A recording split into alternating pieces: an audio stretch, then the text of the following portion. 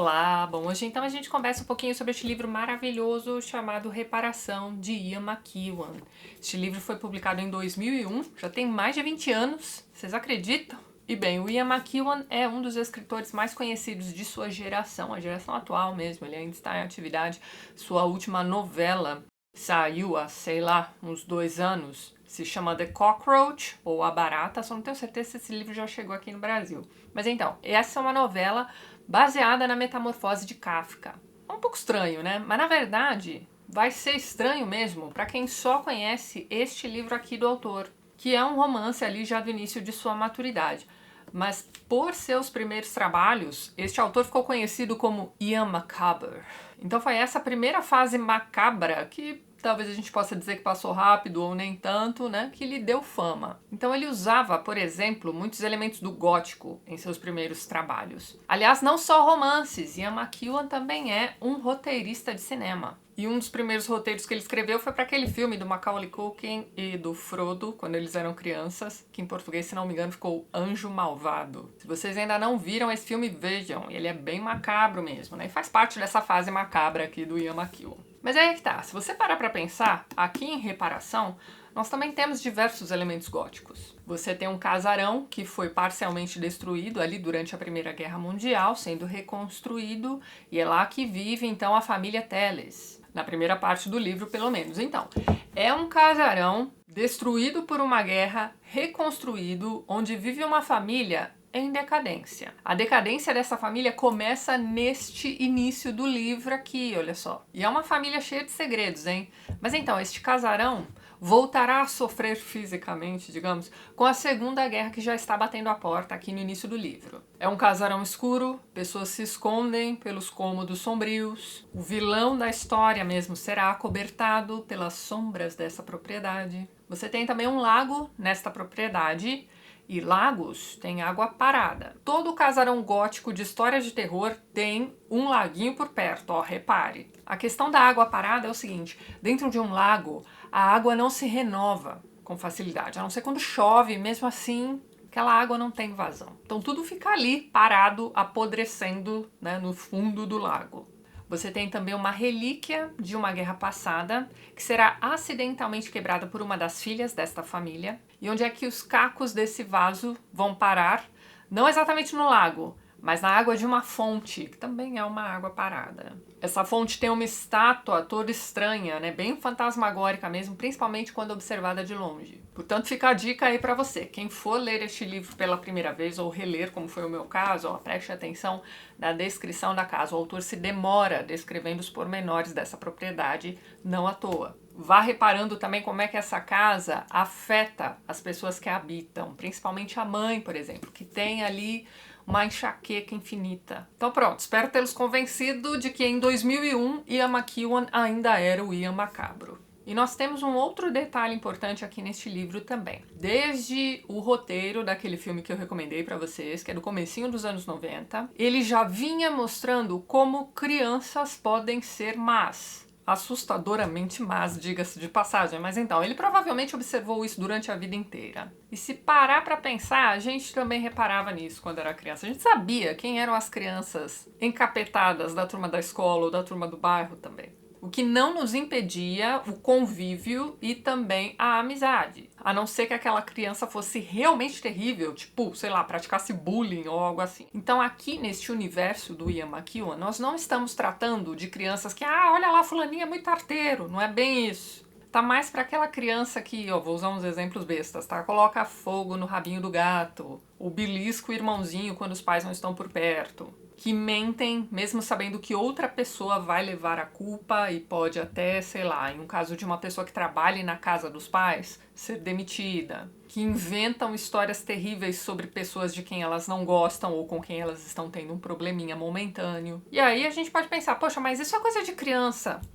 Ok. E por que eu estou dizendo tudo isso para vocês? Porque aqui neste livro, a nossa personagem principal, já adulta, não se exime da culpa daquilo que ela fez quando ela era pré-adolescente também, ela tinha lá seus 12, 13 anos. E o que foi que ela fez de tão grave naquele momento? Bem, ela acusou injustamente uma pessoa de um crime que ele não cometeu. Então ela já adulta carrega essa culpa e tenta reparar o mal que fez. A questão aqui é que ela tem consciência daquilo que ela fez. E se você parar pra pensar, ela sempre teve. Então ela fez aquilo ali, ó, naquele momento de transição da infância para a adolescência, sabendo que aquilo que ela fazia era errado e mesmo assim ela fez. E não arredou o pé. Então quando você para pra pensar que uma criança ou uma pré-adolescente não só pode, como faz algo assim, é assustador pra caramba e não tem absolutamente nada a ver com educação. Ela foi uma criança muito bem educada. A Bryony, que é essa menina aqui do livro, é uma criança temporã.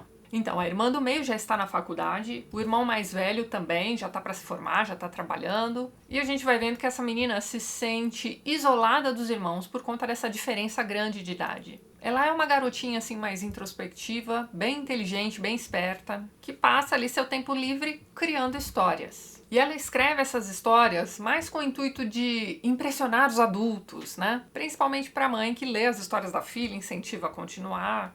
E neste dia, né, praticamente metade do livro se passa nesse dia específico, o dia mais quente do ano, hein? Presta atenção nessa informação também. Então, neste dia, a família está se preparando para receber o filho. O filho vai voltar para casa, vai passar uma temporada ali naquela casa, que é uma casa de campo também. E ele não vem sozinho, ele vai trazer um amigo que é um magnata dos chocolates. E eles virão para o jantar. Então, será um grande evento, a casa inteira está se preparando aí para este evento. Fazia muito tempo que esse rapaz não voltava para casa e a Bryony quer preparar uma surpresa para ele. O que ela está fazendo? Escrevendo uma peça para ser apresentada naquela noite. Aparentemente essa era uma coisa comum que as crianças britânicas faziam, não sei se fazem ainda hoje em dia. E ela não quer simplesmente escrever a peça, ela também quer dirigir e atuar. Então ela vai aproveitar que a casa está cheia, né? O irmão e o amigo virão para o jantar, mas também estão ali naquele momento 3 primos que vão ficar ali naquela casa por tempo indeterminado. Então são 2 irmãos gêmeos pequenos e a irmã mais velha adolescente que já tem, sei lá, seus 15 anos. E os 3 topam participar da peça da prima, principalmente porque a irmã mais velha vai dizer o seguinte: olha só, a gente tá aqui dependendo da boa vontade dessas pessoas, né, dos tios e dos primos. Então vamos fazer o possível para agradar, certo? Então eles estão ali engajados naquela peça, que no fim das contas não vai acontecer. As crianças vão brigar, então assim, para pra pensar, é uma coisa meio chata, né? E por que aqueles primos estão passando uma temporada indeterminada na casa desses tios? Porque seus pais estão se divorciando, o que era um escândalo para a época. Aqui a gente está falando do período entre guerras. A Segunda Guerra Mundial não vai demorar muito para eclodir, inclusive só se fala nisso no jantar. E além do irmão e do amigo, nós temos um outro convidado para essa festa, né, para esse jantar, aliás, que é então o filho da empregada, um rapaz chamado Robbie, que tem ali mais ou menos a mesma idade dos filhos mais velhos dos donos da casa. Então esse menino foi meio que criado junto com eles ali. É tratado como filho, tem seus estudos pagos também pelo dono da casa. Então ele é meio que um agregado da família. Apaixonado pela irmã do meio da Bryony, veja bem, uma moça chamada Cecília. Este amor é correspondido, mas é uma coisa platônica. E no começo deste livro nós estamos acompanhando sempre uma certa tensão sexual entre os dois, que vai ter vazão mais pra frente. Então, no primeiro momento, eles não querem ficar juntos porque existe todo aquele problema de, né, diferença social ali, mas isso não será impedimento mais pra frente. Bem, o que está acontecendo neste dia, que é o dia mais quente do ano, volto a dizer, Cecília está responsável pelas flores e ela pega aquele vaso, que é uma relíquia de família, vai colocar umas flores ali, ela decide que é uma boa ideia encher aquele vaso com água da fonte. Porque é isso que as pessoas fazem, né? E você fica se perguntando, poxa, mas não tinha uma torneira dentro de casa? Não. E tá muito quente, ela acha que vai ser uma boa ideia encher na fonte mesmo. Então tá. Robbie está lá e nós temos tensão sexual nesse momento, né? Os dois se falando ali, ela perde ali, sei lá. A concentração acaba deixando aquele vaso cair. E o vaso vai dar uma lascada. Dá pra consertar, é só se esforçar pra recuperar ali os cacos. E onde foi que os cacos caíram? Naquela fonte. Temos muita simbologia aqui neste livro, hein, minha gente? Então você tem que pensar aí neste vaso, que é uma relíquia de família, uma relíquia de guerra. Um tio deles que já é falecido, né, recebeu aquele vaso como um presente por ter participado de uma guerra. E bem, temos mais símbolos espalhados aqui neste livro todo. Ian McEwan não dá ponto sem nó aqui neste livro. tudo tem um propósito, tudo está amarrado. Isso aqui é um livro todo perfeito. Mas vamos voltar à fonte, né? Eles precisam recolher ali aqueles cacos que caíram dentro da fonte. O que Cecília vai fazer? O dia mais quente do ano, volto a dizer, então. Tá um calor dos infernos, ela se despe e entra na fonte para pegar os cacos. Enquanto ela se despe, o rapaz está lá se despindo também para fazer isso por ela, mas ela acaba indo primeiro.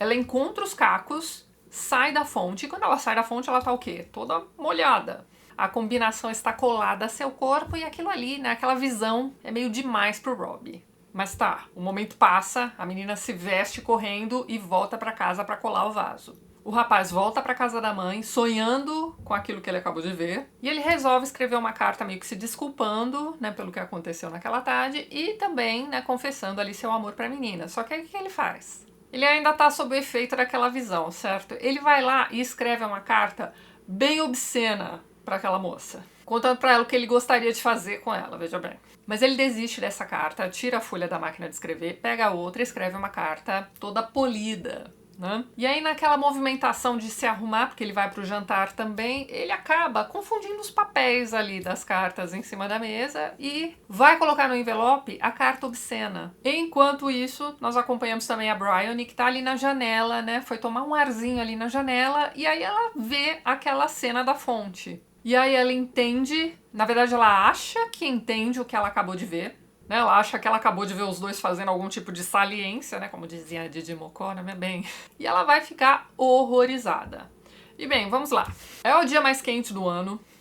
Bryony está no limiar ali, ó, entre a infância e a adolescência.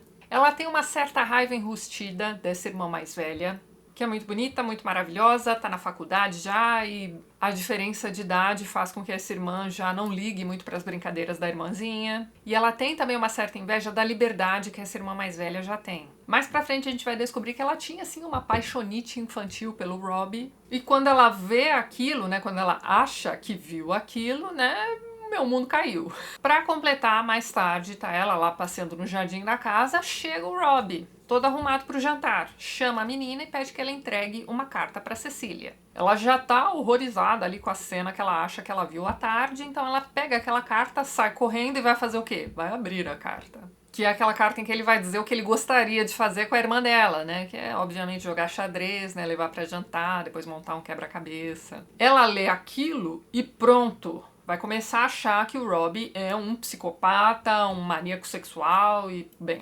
ela precisa fazer alguma coisa para proteger a irmã mais velha. Enquanto isso, nós temos aquele magnata do chocolate lá, o amigo do irmão, muito solícito, passando muito tempo ali com as crianças, né? Os irmãozinhos gêmeos e a irmã de 15 anos, bem. A mãe, que tá mais uma vez recolhida por conta da enxaqueca, vai olhar para aquilo e vai pensar, poxa, né? Que cara bonzinho, cuidando das crianças. E a Bryony tá ali, né, não se aguentando. Então o que ela faz? Ela vai chamar a prima e vai contar pra prima o que ela leu. A prima, nesse momento, tá cheia de hematomas. Uns arranhões, uns hematomas nos braços, assim. A Bryony vê aquilo e a prima vai contar pra ela que quem fez aquilo foram seus irmãozinhos. Como eles são meio encapetadinhos mesmo, ninguém vai achar aquilo estranho. E quando a prima ouve a história da carta, vai dar toda a razão pra Bryony. Muito bem, depois temos a cena do jantar, tá tudo indo mais ou menos bem, até que alguém se dá conta da falta das crianças. A Bryony vai até o quarto onde eles estavam e encontra uma carta de despedida. Eles resolveram fugir, porque afinal de contas ninguém está dando atenção pra eles, a peça que eles queriam participar já não vai acontecer porque eles brigaram, tá tudo muito chato ali, eles fogem. Então todos saem no meio da noite pra procurar essas duas crianças. A menina, né, a Bryony, tá toda esquisita com o Robbie. Aí ele se dá conta do que pode ter acontecido. Ele confirma isso com a Cecília, realmente ela leu aquela carta. O menino não sabe onde enfiar a cara, né, porque afinal de contas foi uma besteira idiota, né. Mas ele resolve sair sozinho também pra procurar os meninos, ok. Nisso, a Lola, né, que é aquela prima de 15 anos, será atacada. E a Bryony vai ver a prima sendo atacada do lado de fora da casa, no meio das sombras. Não dá pra ver direito quem foi que atacou a menina, mas ela sabe quem foi. Ela não precisava ter enxergado direitinho quem foi que estava atacando a prima, né? Afinal de contas, ela já sabia. Só podia ser o Robbie, aquele maníaco sexual. A família chama a polícia, Bryony conta pra família tudo aquilo que ela viu, que ela leu também. Vai até o quarto da irmã roubar a carta e vai apresentar para os adultos como prova de que o Robbie era o maníaco sexual que atacou sua prima. E além disso, ela vai dizer que viu, ela vai afirmar categoricamente que ela viu quem foi que atacou a prima. A prima atacada não vai dizer nada, porque ela estava meio que em choque. Ela foi atacada por trás, ela não viu quem era, ela não sabe dizer com certeza quem foi que a atacou. Mas a Bryony tá ali, senhora de si, ali, dizendo pra todo mundo que foi realmente o Robbie, e é isso. Dali a pouco esse moço chega com os gêmeos, né? Foi ele quem encontrou os gêmeos perdidos. Enquanto toda aquela zona estava se desenrolando na casa, ele estava lá procurando os meninos. Então, assim, quando ele chega, ele é o próprio Santiago Nazar, da Crônica da Morte Anunciada, vocês lembram? Ele está sendo preso sem entender chongas e vai pra cadeia. A segunda parte do livro mostra o Robbie na guerra, né? Então ele vai lá para Dunkerque, ele se alista como soldado raso a fim de diminuir a pena dele. Mas ele já tá absolutamente lascado na vida, então assim... Pense no jovem que foi acusado de estupro, pense só no que foi que aconteceu com ele na cadeia. Ele se alista simplesmente para diminuir a pena. Quando ele voltar, ele vai precisar ficar mais tempo preso. Quando ele sair da cadeia, acabou a vida dele, certo? E na terceira parte do livro nós temos a Bryony já adulta, tentando fazer ali a sua reparação.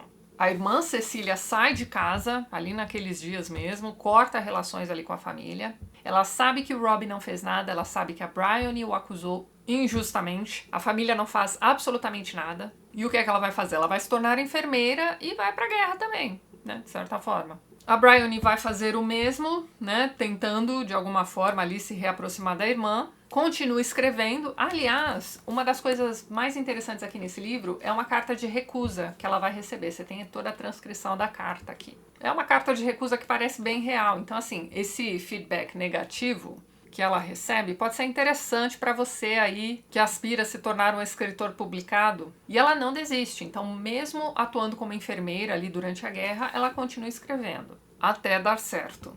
E aí é só lá pro final do livro que você entende o que exatamente é essa reparação. E isso só vai acontecer ali na última página. E assim, gente, é impressionante. Que livro bom! Bem escrito, bem elaborado, bem amarrado. Você vai descobrindo aos poucos aqui o que realmente aconteceu com a Lola. Tá tudo aqui, ó, diluidinho aqui ao longo do livro. E assim, de certa forma esse é um romance psicológico, né? O narrador meio que pula de cabeça a cabeça ali daqueles personagens. Você sabe exatamente o que é que cada um está pensando. E assim, alguns personagens não terão seus pensamentos explorados pelo narrador. Por que será? Tem uma parte bem interessante aqui no começo do livro, que é a mãe, né, recolhida ali com enxaqueca e tudo mais, pensando nos sobrinhos. E aí ela começa a se lembrar da irmã, a mãe da Lola e dos gêmeos. Então, ela vai se lembrando de como ela era na infância, na adolescência. Aí você vai lendo tudo aquilo e aí, de repente, ela solta uma frase que pode passar despercebida. Ela vai dizer que a Lola é exatamente igual à sua mãe. E aí você pode até pensar, poxa, então a Bryony foi manipulada a colocar o Robbie na cadeia ou algo assim. Mas não é isso, de jeito nenhum. Ela sabe direitinho o que foi que ela fez e todo o mal que ela causou. A partir da segunda parte do livro, você vai vendo a bola de neve que aquilo se torna. E ela vai assumir seus erros como adulta responsável que ela agora é. Então sua reparação talvez tenha vindo tarde demais, mas é aquilo também, antes tarde do que nunca. E este livro também pode te enganar. Então, ele não é simplesmente um romance sobre algo de errado que você fez na infância e com a qual você não soube lidar naquele momento em que você se percebe fazendo a besteira, mas mesmo assim você não para, você não sabe como parar, você não sabe pedir ajuda aos demais, aos adultos, né? E aí, de repente, você se dá conta de que aquela merda toda que você criou já está aí, instalada, você não sabe mais o que fazer. Esse tema da coisa errada feita na infância, né, que vai virando assim um efeito dominó e vai prejudicando diversas pessoas ao longo do caminho, está em um mangá sensacional também chamado 20th Century Boys. Esse é um mangá do mesmo mangaka de Monster, né, o Naoki Urasawa. E é outra história dessas aqui que é impressionante. Você só vai entender o que foi que aconteceu no finalzinho do último volume. Fica a recomendação aí para vocês também. Mas então, voltando aqui ao Reparação, o autor passa todo o primeiro capítulo do livro dentro da cabeça da menina enquanto ela está criando aquela peça. Pode ser um capítulo meio chato aí de se acompanhar, porque a própria Bryony é uma criança chata. Então, se você pegou este livro para ler e não gostou ali das primeiras páginas, persevere, siga a leitura. Você vai se impressionar também com o final deste livro. Mas não é à toa que ele mostra aqui no comecinho do livro esse processo de criação dessa peça por uma criança, mas ainda assim, o que ele está te mostrando aqui é o processo de criação de uma história. Então tá vendo, não é só uma história sobre uma mentira que uma criança conta na infância e atrapalha a vida de todo mundo, não é isso. Aliás, não é só isso. Ao longo de todo este livro, ele vai te mostrando como histórias se criam, qual é o risco de interpretar mal algo que você está lendo. Pode ser uma leitura de mundo também, né? Uma coisa que você viu e interpretou mal, você acha que viu algo e sai por aí contando para os outros, mesmo sem ter certeza. E não, isso não acontece só com crianças, né? Antes fosse. Ele vai mostrando também aqui neste livro o processo de amadurecimento de um autor, né? Até o recebimento de sua primeira carta de recusa. E ele também te mostra como histórias podem ser recriadas. Como aquele lago da propriedade, né? Um lago de águas paradas, né? De memórias e de angústias paradas também, pode ser aterrado. Como um casarão decadente pode ser transformado em um hotel. Como uma criança mentirosa pode se tornar um adulto responsável. Como uma história triste pode ter um final feliz. E também como um escritor pode ser como um deus, né, criador e manipulador de seu próprio microcosmo, mesmo sendo um autor ateu, como é o caso aqui do Ian McEwan, né? Ele vai dizer uma coisa bem interessante aqui no finalzinho do livro, calma que não é spoiler. Ele levanta a seguinte questão, olha só. Como pode uma romancista realizar uma reparação se com seu poder absoluto de decidir como a história termina, ela é também Deus? Não há ninguém, nenhuma entidade ou ser mais elevado a que ela possa apelar, ou com que possa reconciliar-se, ou possa perdoá-la. Não há nada fora dela. Na sua imaginação, ela determina os limites e as condições. Não há reparação possível para Deus nem para os romancistas, nem mesmo para os romancistas ateus. Desde o início, a tarefa era inviável e era justamente essa a questão. A tentativa era tudo. Por fim, ele te mostra aqui como é que um autor conhecido como Ian Macabro pode se tornar aí o escritor de um dos romances mais importantes da língua inglesa do século XXI. Livro maravilhoso, pessoal. Então, como eu disse para vocês, o livro é de 2001. Em 2007, se não me engano, saiu um filme baseado neste livro, que eu recomendo fortemente que você não veja. Pelo menos não antes da leitura do livro. É um filme bom e tudo mais, mas ele vai te entregar o final da história, que é, assim, inesperado para muitos de nós. É claro que aí nos comentários vai aparecer alguém dizendo que pra mim foi muito óbvio aquele final. Sempre tem, não é mesmo? Mas então, o filme vai te entregar aquele final em cerca de 2 horas. E não vai ser nem de longe tão satisfatório quanto o final, a descoberta, né, do desfecho da história aqui deste livro. Portanto, deixe para ver o filme depois ou rever o filme depois, caso você já tenha visto, não é mesmo? Bem, esse filme tem uma cena de guerra muito bonita. Você tem ali todos aqueles soldados em Dunkirk ali esperando serem resgatados. E um trabalho de câmera sem cortes, né, mostrando tudo o que está acontecendo ali naquela praia. É uma cena impressionante. O filme vale por ela, caso você não goste tanto assim do romance meloso. O filme se tornou um romance meloso. O livro, quando você se dá conta desses detalhes góticos aqui colocados para você no início da história, quando você se dá conta do quão assustador é todo este problema ter sido criado por uma criança, também é assustador. Quando a protagonista se depara, né, ela vai ver o que foi que ela fez também. Quando ela vai trabalhar como enfermeira, ela vai ter contato com o que acontece com pessoas que vão para a guerra. E aqui talvez a gente possa discutir se ela realmente foi a responsável pelo Robbie ter ido à guerra. Porque me parece que pela índole desse rapaz, aqui conforme ele vai sendo construído nas primeiras páginas, ele também teria se alistado.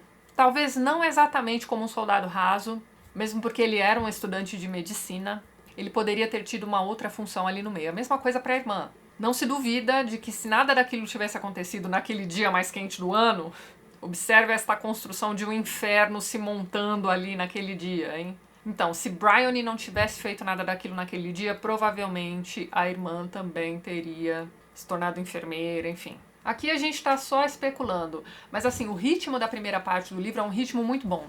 O autor vai te entregando algumas coisas, ele vai te mostrando um mesmo evento de diversos pontos de vista, para você formar direitinho aí sua opinião a respeito do que está acontecendo, mas o ritmo da segunda parte do livro é um pouco mais lento. Fiquei com a impressão de que a intenção do autor aqui, nessa diminuição do ritmo, tem mais a ver com aquela questão de te fazer, né, de fazer o leitor observar as consequências daquilo que a menina fez. Ele te obriga a observar todos os detalhes daquilo que está acontecendo com o Robbie.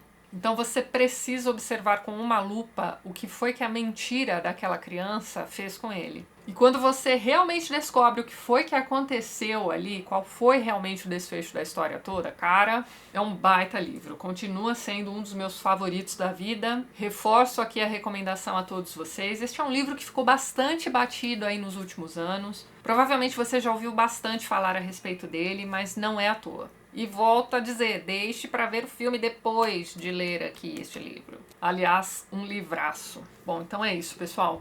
Antes de encerrar este vídeo, eu gostaria de mais uma vez agradecer a todos os apoiadores do canal. Vocês estão vendo os nomes de todos eles aqui ao lado. Na descrição do vídeo você também encontra os links para os perfis literários do pessoal que apoia o TLT e que também produz conteúdo sobre livros aqui no YouTube e no Instagram também. Caso você queira se tornar um apoiador do canal, dê uma olhadinha no primeiro link que eu vou deixar na descrição deste vídeo. E é isso então. A gente se vê nos próximos vídeos do canal. Um beijo grande e até mais.